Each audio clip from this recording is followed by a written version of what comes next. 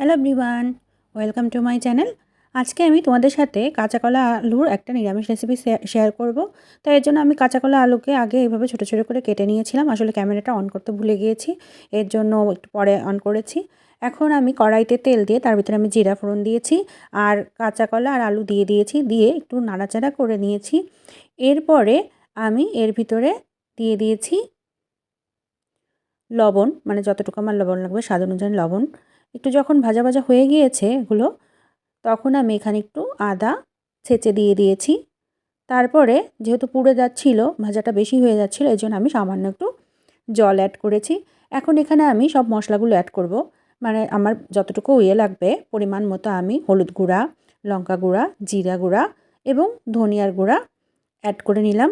আর দিলাম দারচিনি, এলাচ দিয়ে খুব ভালোভাবে আমি মশলাগুলোকে নাড়িয়ে চাড়িয়ে মিশিয়ে কষিয়ে নেব।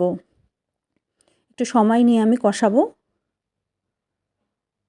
আমি গ্যাসের ফ্লেমটা একটু লো আঁচে রেখেছিলাম, এখন একটু বাড়িয়ে দিলাম। তো এভাবে করে খুব ভালোভাবে আমি কষিয়ে নেব। আমার কষানোটা প্রায় হয়ে এসছে। কষানোটা হয়ে গেলে আমি এর ভিতরে জল দিয়ে দেব। নিরামিষ দিনে এই রান্নাটা বেশ ভালোই লাগে খেতে, আমার বাসায় প্রায় মাঝে মাঝেই হয়। তাই ভাবলাম, যদিও সিম্পল রান্না, তারপর ভাবলাম একটু শেয়ার করি তোমাদের সাথে। যাই হোক, আমি ঝোলের জন্য জল দিয়ে দিয়েছি আর দিলাম দুটো লঙ্কা এভাবে মাঝখান থেকে চিড়ে দিয়ে দিলাম। দিয়ে খুব ভালোভাবে নাড়িয়ে চাড়িয়ে নিলাম। দেখো, ঝোলটা ফুটতে দিয়েছিলাম, বেশ খানিকটা পরে ঝোলটা বেশ ভালো ফুটে উঠেছে। ঝোলটা আমার ফুটে উঠেছে, আমি আর একটু সময় দিলাম ঝোলটা একটু ফোটার জন্য। এখন এই পর্যায়ে আমি একটু চিনি দিয়ে দিলাম, কারণ নিরামিষ রান্নায় একটু চিনি অ্যাড করলে টেস্টটা একটু বেশি ভালো হয়। কেউ চাইলে দিতেও পারো, না চাইলে নাও দিতে পারো। তা চিনিটা দিয়ে আমি একটু নাড়িয়ে চাড়িয়ে নিলাম, আর একটু আমি ঝোলটা ফুটতে হতে দিলাম। বেশ খানিকটা সময় একটু ফোটার পরে আমি এর ভিতরে গরম মশলা গুঁড়াটা দিয়ে দিলাম।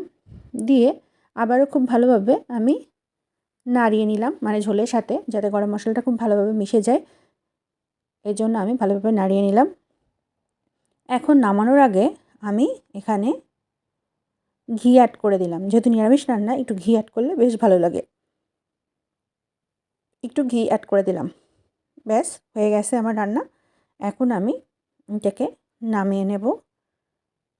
আমি গ্যাসের ফ্লেমটা বন্ধ করে দিয়েছি, দিয়ে 30 সেকেন্ড মতো আমি ভাবেই রেখে দিয়েছিলাম। এখন আমি এটাকে নামিয়ে নেব। এটা কিন্তু সত্যিই ভালো লাগে খেতে, তো তোমরাও বাড়িতে ট্রাই করে একবার দেখতে পারো।